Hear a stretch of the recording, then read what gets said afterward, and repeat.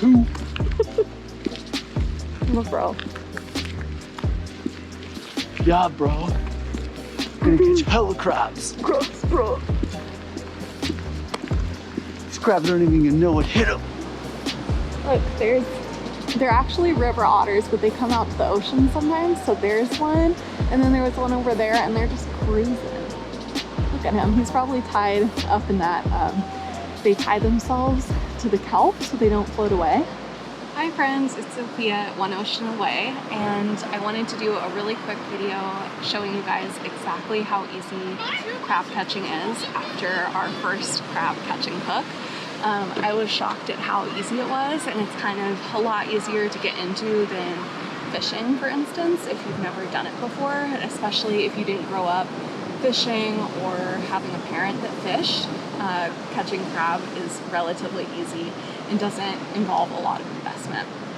So I wanted to go over the things that you need to legally catch crab, what I recommend you wearing, and then 3, kind of how to set up the trap.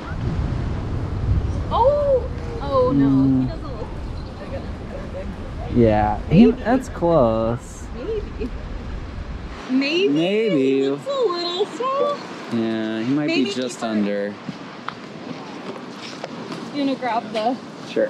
Okay, so starting off with the things you legally need to catch crab. You need a fishing license. I am located in Humboldt in Northern California. So for California, I think you can get a day pass, which is like $14 or $18. I think there's even a 2-day pass. And then you can get a pass for the year, which is a bit pricey. If you're going a wide variety of times, then it's really worth it. And again, that money just goes back towards to taking care of the ocean, so I'm okay with that. And then the second thing you need is a measuring tool. I recommend something like this. They're only like, I don't know, less than $3, and it has the size limit for you, measuring at the top. You can also use this for catching clams, which I've never done before.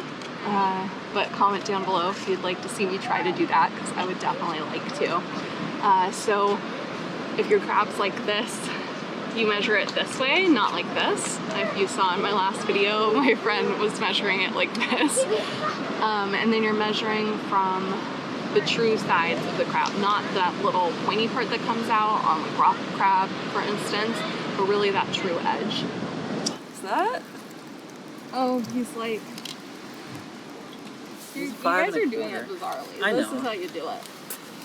So yeah, he's too small. Because that's a Dungy, right? Oh, yep. Here, excuse me. Well, look at how cool he is.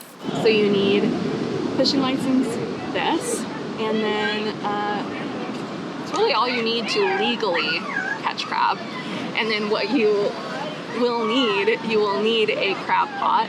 What we have is the hoop kind, where it's like 2 large metal hoops with a net in it, and the crabs come into it because you have a basket. Oh my gosh. What the hell? Look at that. That's so crazy. Oh my god. Do we throw him in the bucket, I guess? No, we throw him back. Okay. But What? so crazy. Can you get a closer view of him? I'm gonna just tip this. Okay. Oh. Oh, look at him! I don't know if he's like good to handle, so I'm just gonna tip it. Yeah. I think that's the safest thing to do. Really quick, I also wanted to show you that on this particular tool, it also shows you what the difference between a male and a female crab abdomen looks like. It's really easy to tell, I promise. I'm not someone who's good at identifying things, but that was something I could easily learn, because besides your fishing license, I apologize if there's noise in the background, besides your fishing license and measuring tool, you really need to make sure that your crab meets the legal size requirements, and it's always really good sustainability to throw back the female so you continue to have a large crab population. Then I recommend that you wear good boots, something that has tread, so it's going to be slick. It might rain, there could be water on the ground because people are pulling up traps, sometimes there's bits of seaweed, you can slip. Also because it's good to stomp on your bait that you put in the crab trap, and something like this with tread is really great for doing that, especially if you're not a particularly strong person, which I'm not. I feel very strong, but I'm not actually a very strong person.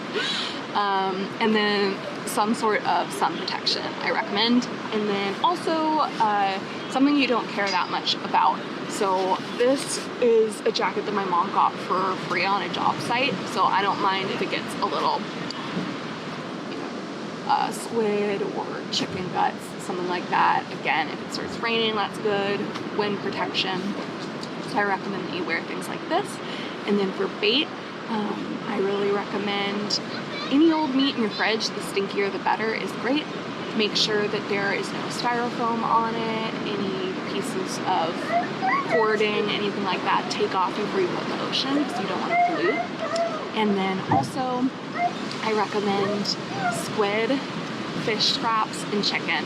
Chicken with bones in it is really great because it's harder for them to run off with. Like today, we're out catching more crab and we've already had almost all our squid taken away. It's great because it immediately attracted the crab, but almost every crab I've seen that we've pulled up, wow, it is really stormy out there. Like all the crab that we've pulled up has already had like a bunch of the squid in its mouth. It's almost already gone. So the chicken really stays in your trap, squid attracts them. We also, when you're out, especially if you're new, people are so friendly and they'll come up and they'll ask what you're doing, the other fishermen, the other people crabbing, and they'll give you advice. Like we got so much advice last time we were out here. So those are really all you need. And then you just load up the trap with all your smelly stuff. I stomp on it. I really secure the trap. You want it as squished as possible. So if the trap is where you're putting the bait is the wire net, I'm stomping on it to get it as flat as possible so the crabs can't pull stuff out of it, if that makes sense, because they will walk off with the food. And then you just toss it over, tie it up. I used that horse hitch in my last video where you just create a loop and then you go through the loop, you make another loop. Well, here, I could do it a little tighter. You make another loop, and then you loop, and then you loop, and you're good to go. And then we check pretty frequently because we don't have the kind of trap where the crab drops into it. They can just leave, so you want to keep checking because we're having the crab really enjoying our squid today. I'm pulling off all the small crabs so they don't just eat our bait and tossing them back so that our bait can last longer. And those are all my tips for today. Also, Humboldt starfish have been pretty decimated for a number of years with the wasting disease that makes them kind of melt. And it's really awesome that they've been returning back to a healthy condition. Wow, look how he's grabbing on there with his feet. Yeah. So it's super exciting to see healthy ones, and we definitely want to. They kind of starfish. A starfish? Big catch. But you look so healthy. Yeah.